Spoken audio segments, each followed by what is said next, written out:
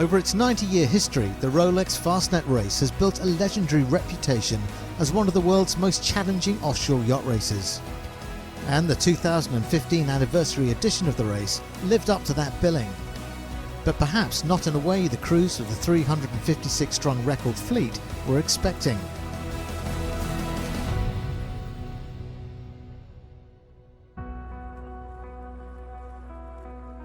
In a race famed for its treacherous conditions, the first challenge the crews faced was crossing the start line in Cowes on the Isle of Wight with barely a knot of breeze for company.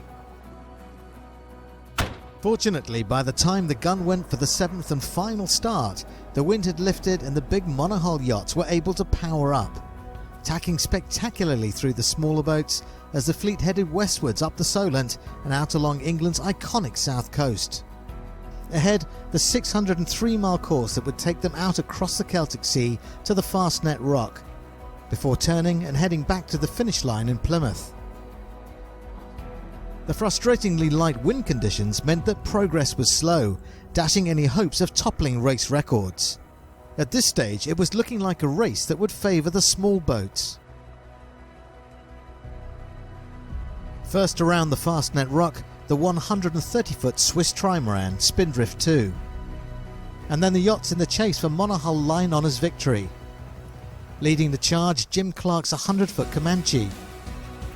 She had overtaken fellow American yacht Rambler in the night to build a comfortable cushion, as George David's 88-foot yacht rounded the rock in ghostly slow motion. Followed shortly after by Leopard and the Maxi 72 Momo. Behind, the rest of the fleet were also struggling in the light breeze, and the race for the overall title was now swinging in favour of the big boats. At 11 o'clock on Tuesday night, Spindrift 2 crossed the finish line in Plymouth in a time of 2 days, 10 hours and 58 minutes to be the first boat home,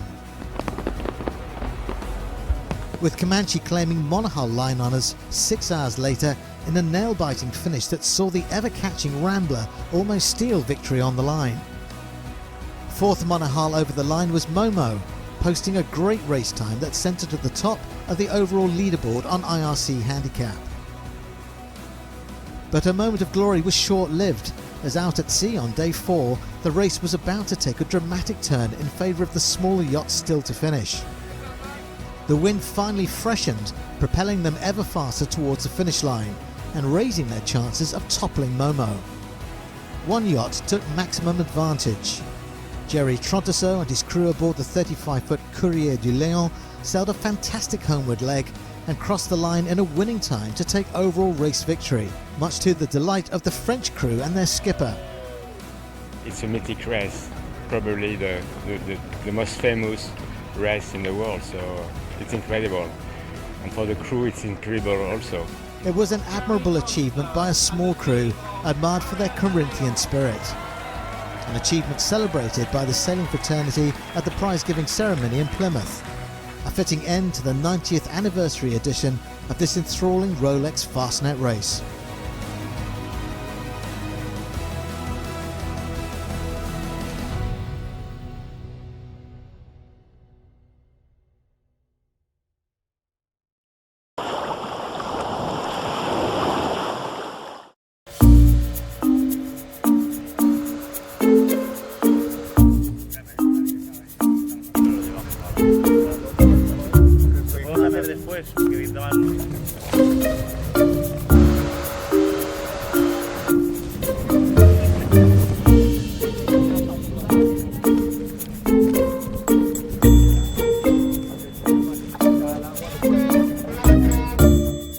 La salida fue mal por nosotros porque hemos elegido el lado con menos presión de viento, entonces hemos perdido bastante, pero luego hemos recuperado. Ha bajado un poco la presión en total, hemos cambiado velas y luego hemos recuperado la totalidad y hemos ganado hoy, que está bien.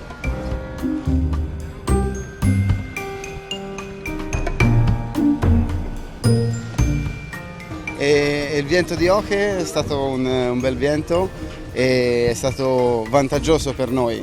Abbiamo trovato, diciamo, gli aggiustamenti giusti e le giuste regolazioni, e abbiamo avuto anche un po' di fortuna perché quella ci vuole.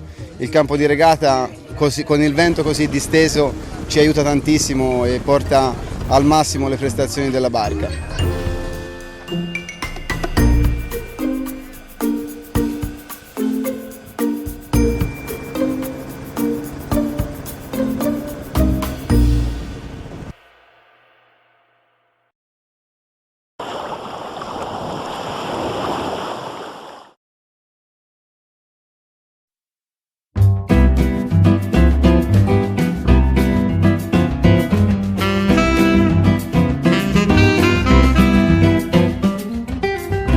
I think the beginning of the week was a little bit tough for me.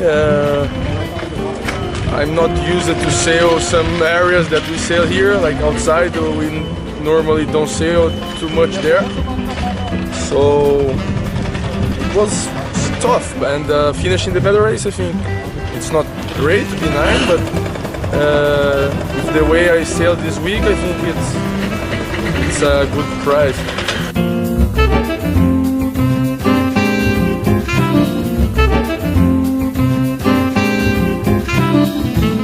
Had a really tough start to the week, and wasn't having a lot of speed and having a few issues with that sort of stuff, but yesterday and today managed to have some better racing, get the speed a bit better, and now some tactics and go fast downwind, so yeah, pretty happy with how I improved this week.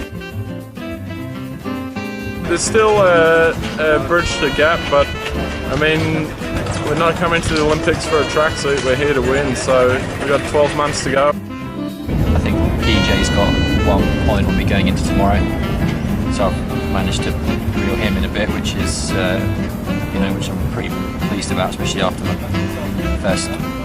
first day. Rio, it is a very difficult place to race, and it does seem that you are going to have some challenging races, no matter who you are.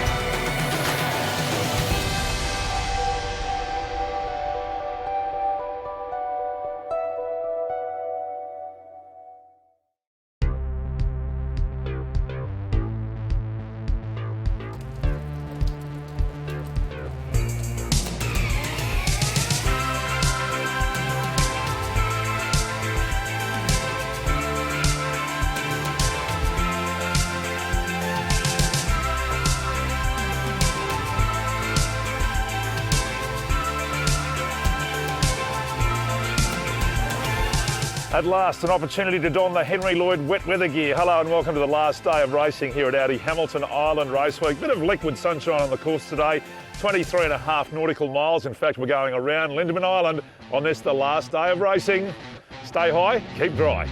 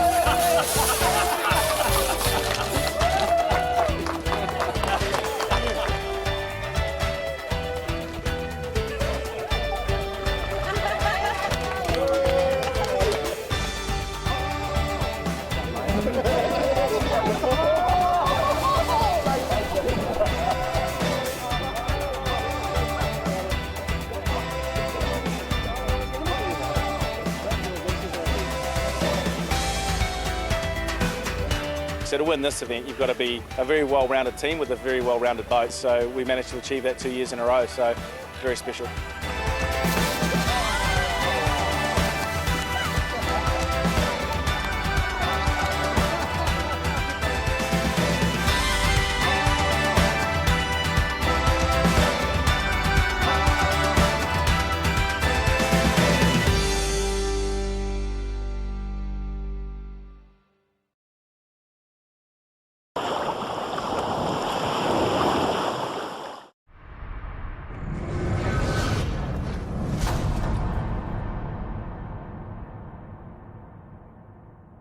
Добро пожаловать в Россию. Welcome to Russia.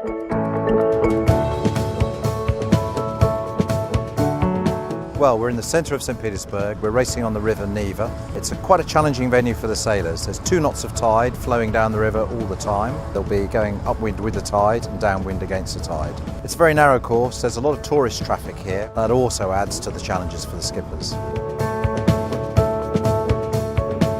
I think it's one of the best stadium sailing places to come to. It's a great course. We are very happy to be here.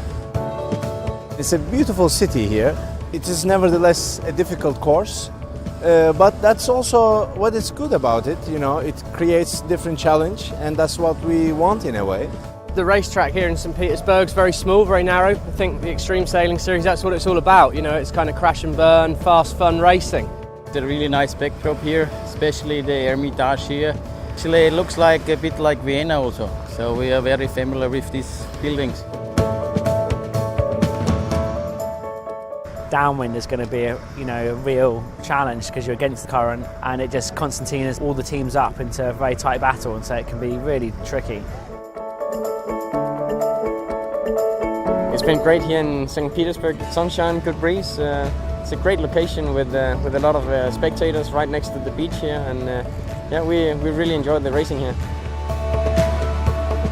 So one thing that makes it a little harder to choose the fastest way around the track here is that there's a lot of current running one direction to the other in the race course, and you have to have that in your calculations for what the fastest route is.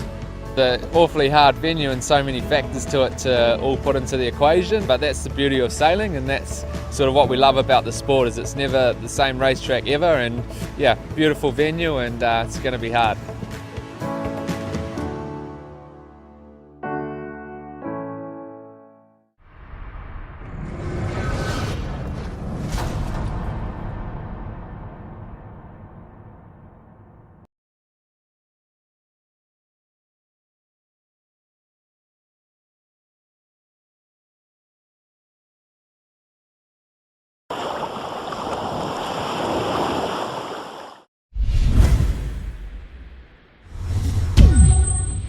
Matthias Ram there coming in as well, just coming round the top, screeching into the pre-start. Ram with the tack up.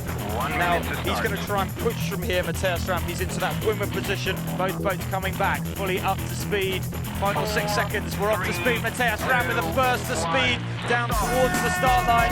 Matthias Ram and Jez Strand Hansen are firing their boats off the line, and we're off the reach in this, the first match race in this M32 class. Ram with the bear away now. Jez Strand Hansen bringing his bow down. Both Jennikers going out on the boat, and now the game of cat and mouse begins. We'll see Jez Strand Hansen of Triport looking to try and match the turn of Matthias Ram and try and get onto his dirty air. Ram turning down into the jibe. Jez Strand Hansen responding straight away. Both boats through the jibe. Jez hurling his boat through that jibe.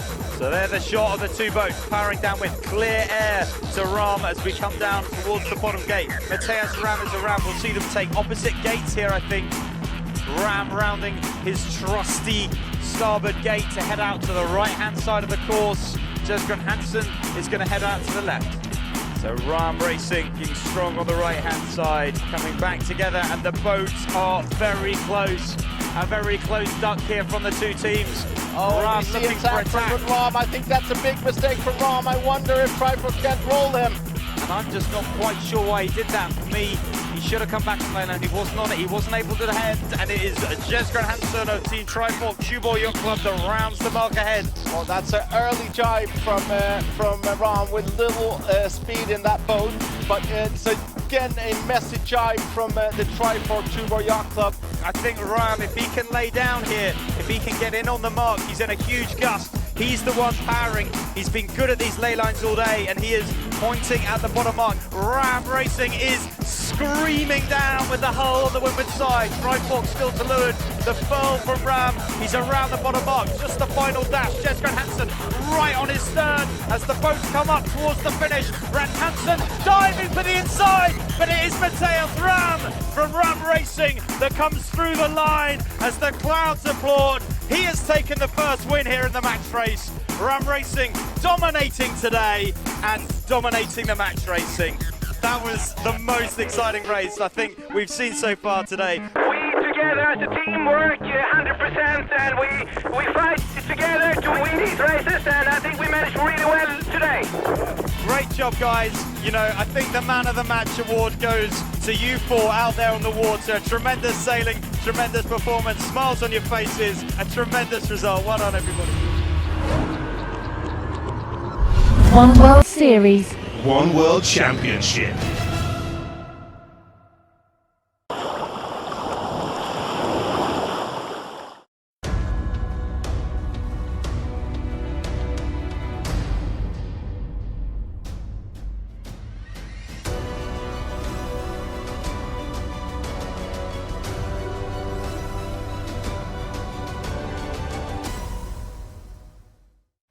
Well, Mike, welcome to a rather damp Plymouth, but let's go back to that lovely sunny and windless start.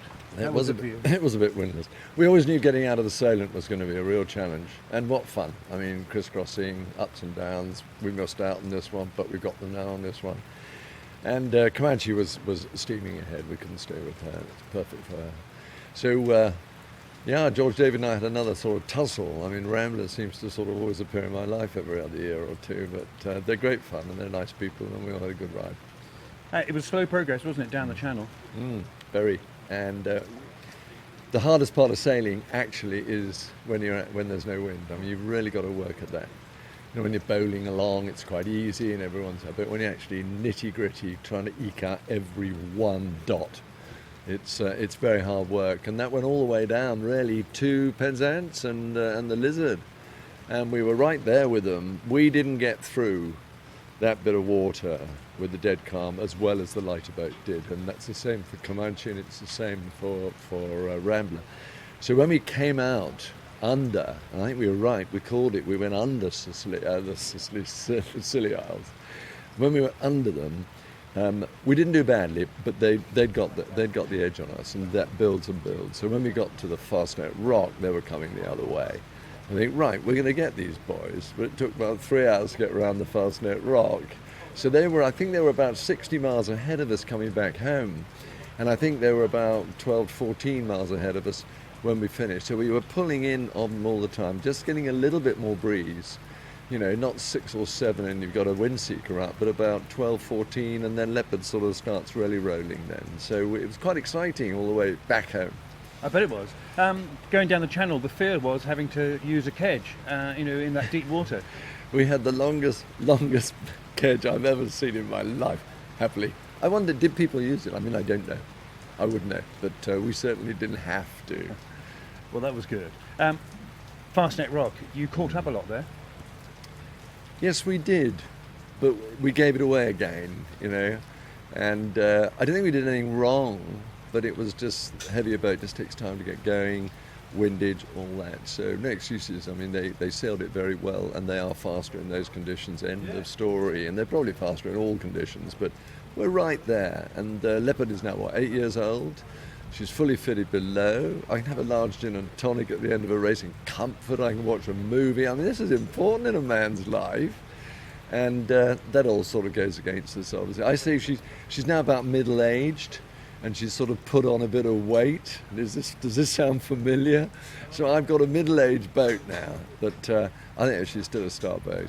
Still a star boat. And great to get here to the finish. Do you like the light stuff? Do you like the light fickly ones? I do, because it is exciting. And what we had in the Bicentennial in the Salient 2 weeks ago, the last Thursday and Friday were just like that, all Mickey Mouse. Why has she gone that way? She got in the air. Ooh, let's follow. No, let's not follow. All this goes on.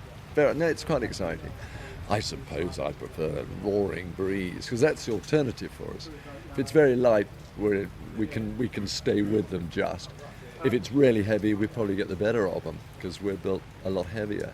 But we didn't see any of that, and we didn't expect to. And one day it might happen. We'll see. Well, welcome to Plymouth, Mike, and a great. Thank you. Nice to be here again. Cheers.